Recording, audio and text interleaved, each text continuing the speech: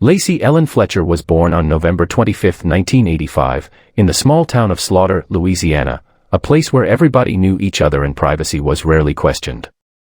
She was a quiet child with a gentle spirit. Her early childhood was marked by routine, family dinners, weekend visits to the local church, and school days at East Feliciana Parish. From a young age, Lacey seemed different, not disobedient, not defiant, just quiet. She didn't make eye contact like other children. She struggled to engage in conversation. Loud noises made her flinch. Crowds overwhelmed her. At first, Sheila and Clay brushed it off as shyness. But by the time Lacey turned 7, her behavior was impossible to ignore. After a series of evaluations, Lacey was diagnosed with autism spectrum disorder. The diagnosis brought no comfort. In the late 1980s and early 1990s, resources for children with autism in rural Louisiana were scarce. There were no special education programs in Slaughter. Therapists were miles away. Sheila and Clay were left to figure things out on their own, and they did so in silence. As Lacey grew, so did the distance between her and the outside world. In middle school, classmates began to notice her odd mannerisms, her stimmying, her silence, her aversion to being touched. Children are rarely kind to what they don't understand. She was mocked, laughed at, excluded. Lunchtimes were lonely. Field trips were terrifying. Even teachers, untrained in handling neurodivergence, labeled her uncooperative. By age 15, Lacey's social anxiety was severe. Her voice had become a whisper. Her eyes were often fixed to the floor. She stopped participating in class. She stopped going outside. She stopped smiling. Her parents made the decision to withdraw her from public school around 2001, citing concerns over bullying and a desire to protect her. They claimed they would homeschool her, offering a personalized curriculum and emotional safety. But over time, even that disappeared. Neighbors remembered seeing Lacey less and less. For a while, she'd ride her bike on the sidewalk, always alone, always silent. But then, she vanished from public view altogether. Inside the Fletcher home, the outside world simply stopped existing for Lacey. Sheila immersed herself in town politics. Clay kept to himself. And Lacey, in the quiet corners of her home, began to disappear, not all at once, but piece by piece. What remained was a shell of a young woman, fragile, voiceless, and unseen. January 3, 2022. The stillness of the early morning was broken by a phone call to 911. Sheila Fletcher's voice trembled over the line. "My daughter, she's not breathing." A dispatcher on the other end calmly issued CPR instructions. The sound of Sheila and Clay Fletcher moving through the house echoed faintly in the background, wood creaking, furniture shifting. The call lasted just under 8 minutes.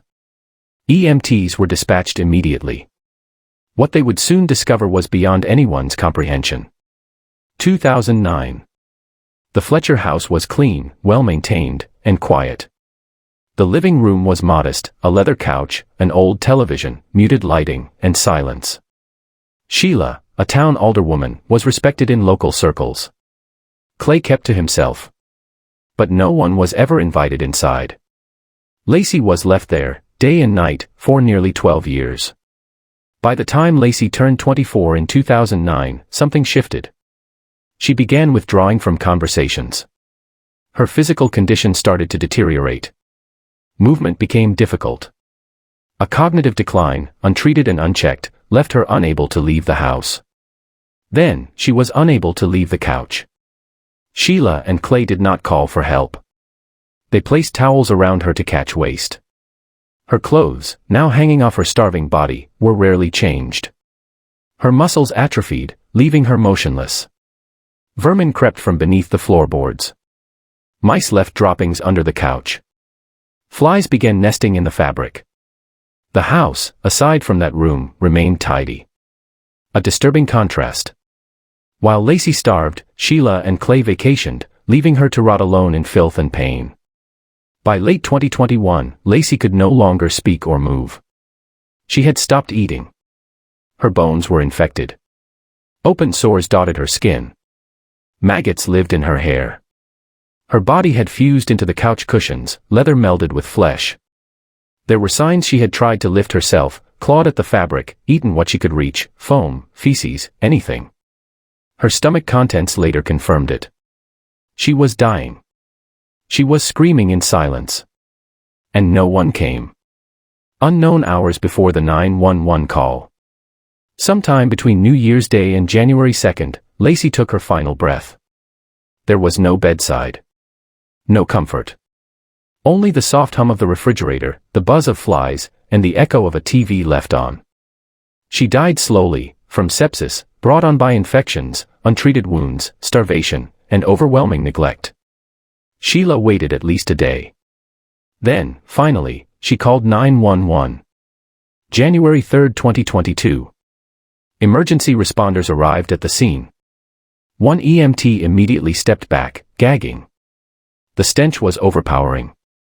There, sunken into the couch, was Lacey Ellen Fletcher, weighing just 96 pounds. Her eyes were open, her skin pale and broken.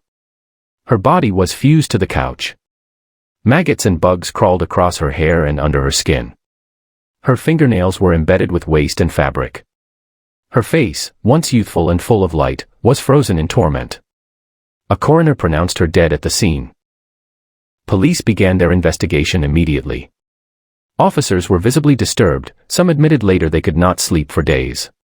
One investigator said it was the worst case of neglect he had seen in over 30 years. Sheila and Clay told investigators that Lacey had chosen to live like that. They said she refused help. But her condition, the surroundings, the medical records, all told a different story. Her autopsy ruled it homicide. May 2022, the Fletchers were arrested and charged with second-degree murder. They were released on bail. Months passed. Public outrage grew. June 2023, a grand jury re-indicted them on the same charge. February 6, 2024, the Fletchers pleaded no contest to manslaughter, dodging a potential life sentence.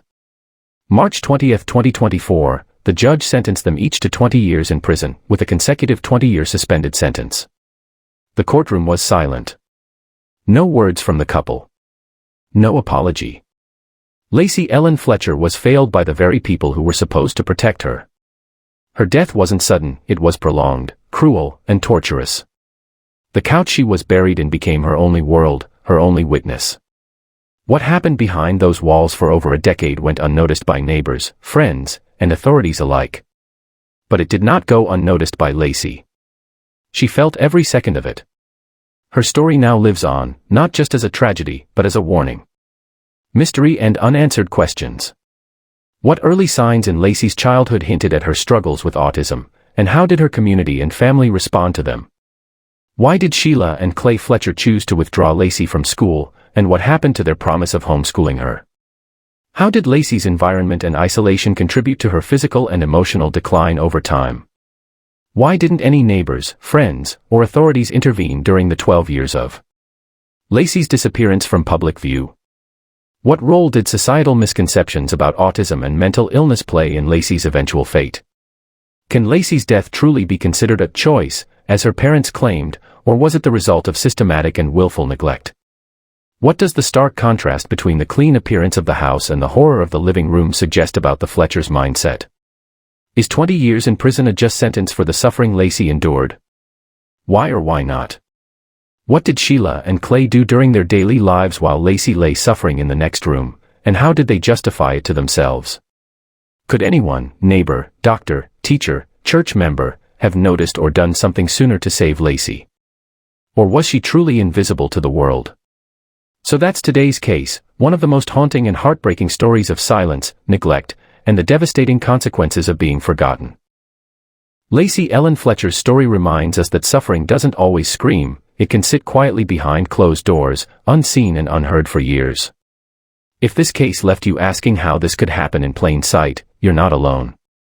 Let me know your thoughts in the comments. What do you think should have been done differently? Who failed Lacey the most?